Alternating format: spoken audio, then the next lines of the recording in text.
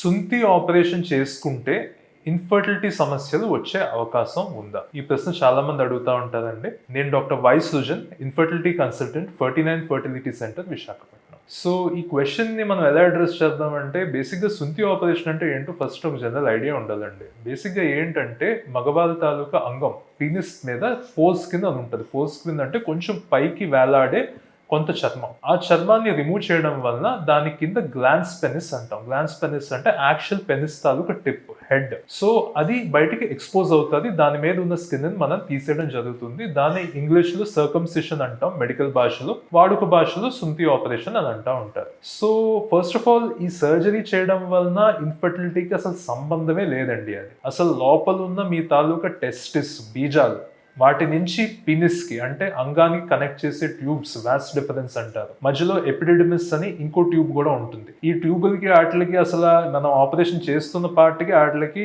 అసలు సంబంధమే లేదు. చాలా దూరంగా ఉంటే వాటికి రిలేషనే లేదు. సో సుంతి ఆపరేషన్కి ఇన్ఫర్టిలిటీకి అసలు క్లియర్ కట్గా ఎటువంటి సంబంధమే లేదు. అది చెప్పగా ఇంకొక పాయింట్ నేను ఏం చేయాలనుకుంటున్నానంటే, సుంతి ఆపరేషన్ వలన యాక్చువల్లీ ఉంటే కొంచెం బెనిఫిట్. ఎందువలన అంటే సుంతి ఆపరేషన్ ఆ స్కిన్ ఏదైతే ఉంటుందో ఆ స్కిన్ కింద అప్పుడప్పుడు మనకి సెక్షువల్లీ ట్రాన్స్మిటెడ్ డిసీజెస్ అంటే సుఖ వ్యాధులు, కొన్ని వైరసెస్ ఉంటాయి. అంటే హ్యూమన్ పాపిలోమా వైరస్ అని ఉంటుంది, ఇంకా హర్పిస్ అండ్ సిఫిలిస్, ఇంకా కొన్ని ఫంగల్ ఇన్ఫెక్షన్స్, అవన్నీ అక్కడ చేరిపోయి, ఎందుకంటే ఇవన్నీ చెమ్మ ఎక్కడ ఉంటుందో అక్కడ ఉంటుంది.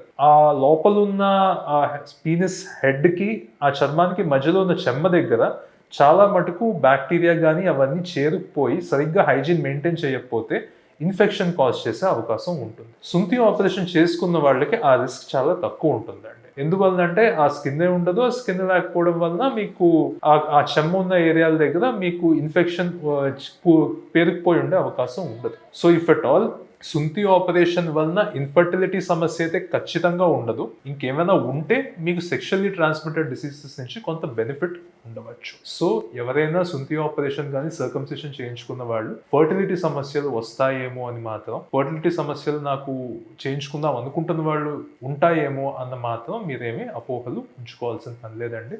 సుంతి ఆపరేషన్కి ఫర్టిలిటీకి ఎటువంటి సంబంధం లేదు.